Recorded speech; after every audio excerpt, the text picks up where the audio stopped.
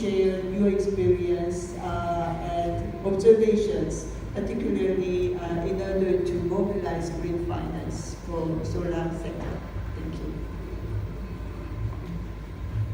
Firstly, I must admit that I walked into the session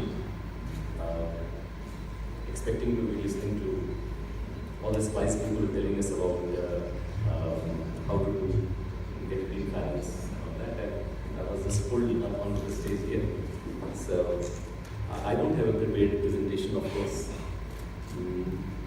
I would like to share a few things, starting off from what Ranjit said, about making bankable projects and solar bonds and such things. My first view on this is that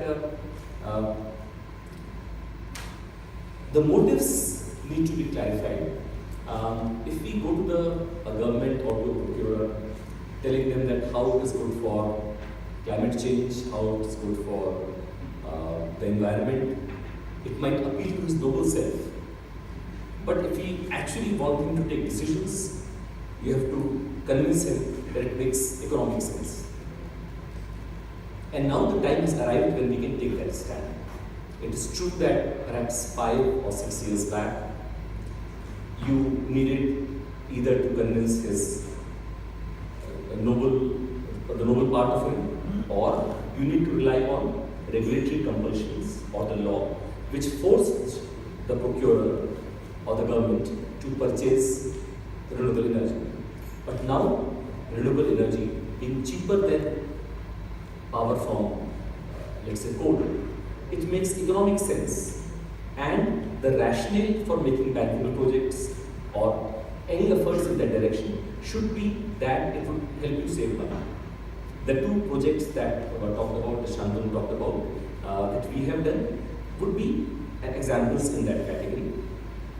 In Riva project, when we came up with the Riva 750 megawatt project, it would cost around 4 rupees if you were to set up a new coal-based plant.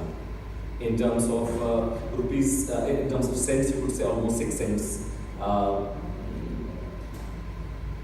unit. And solar power used to be costlier than that, and with subsidy. But by structuring the project well, by making it bankable, as I talked about, by making it bankable, we could bring down the first year price to 2 97 paisa, almost 4 cents.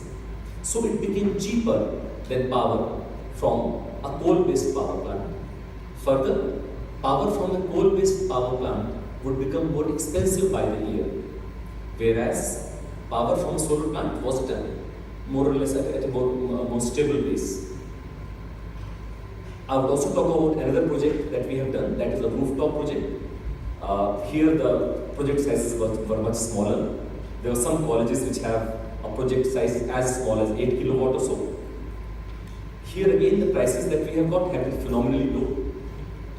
I would compare, let's say, a college which gets power from the DISCOM at almost 7.5 rupees per unit, almost 10 cents a unit, would be getting power at around 2 rupees a unit. That's almost 2.5 cents a unit.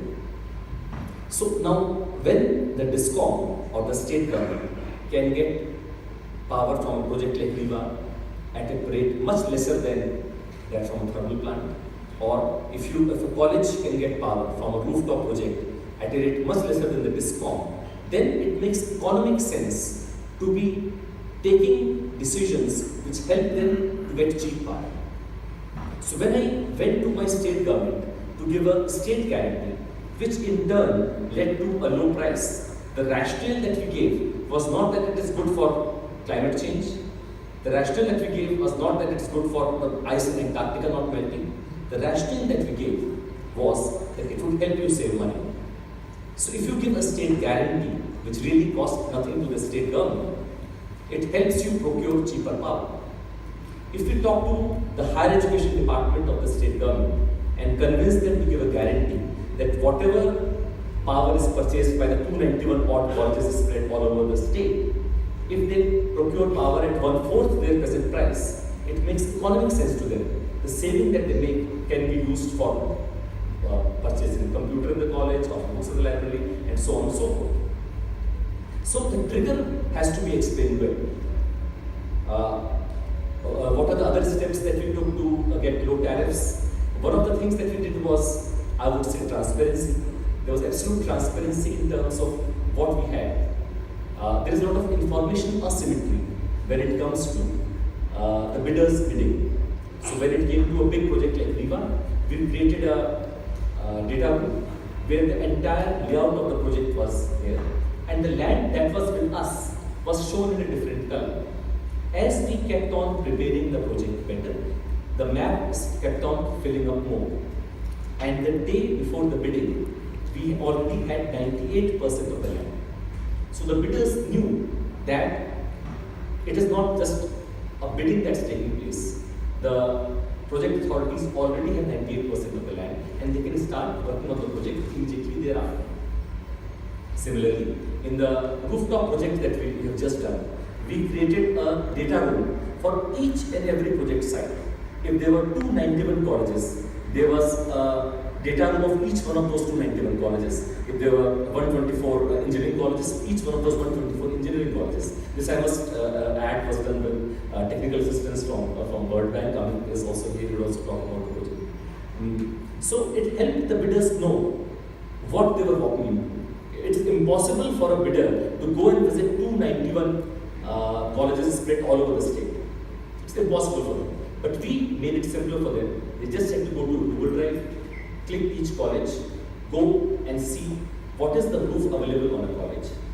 Is there a tree or adjacent building close by which causes a shadow on the roof? If that be the case, how much is the roof space left? For that roof space, how many panels can you deploy? So we gave the information as to the number of panels that would be needed, the number of modules that would be needed, even the length of cable in meters that would be needed for the bidder. So in a way, the engineering design, preliminary engineering design was already done by us. Other innovations or other improvements that we brought in the project structure. For example, in a big project like Riva, usually in India the way projects are structured, for example, for building a road, you give 3 years for the party constructing the road to build the road. The responsibility of providing the land rests with the government. You might give the land to him after 2.5 years, but then you expect him to build the road in the remaining 6 months. Then he would come to you with a request for extension of project, and then that extension would be given after a lot of time and other considerations and so on. To take care of such situations, we had a provision that the day zero in the project would be when we provide 90% of the land to the developer. So, as far as his obligations start, day zero is when he gets 90% of the land. Similarly, in the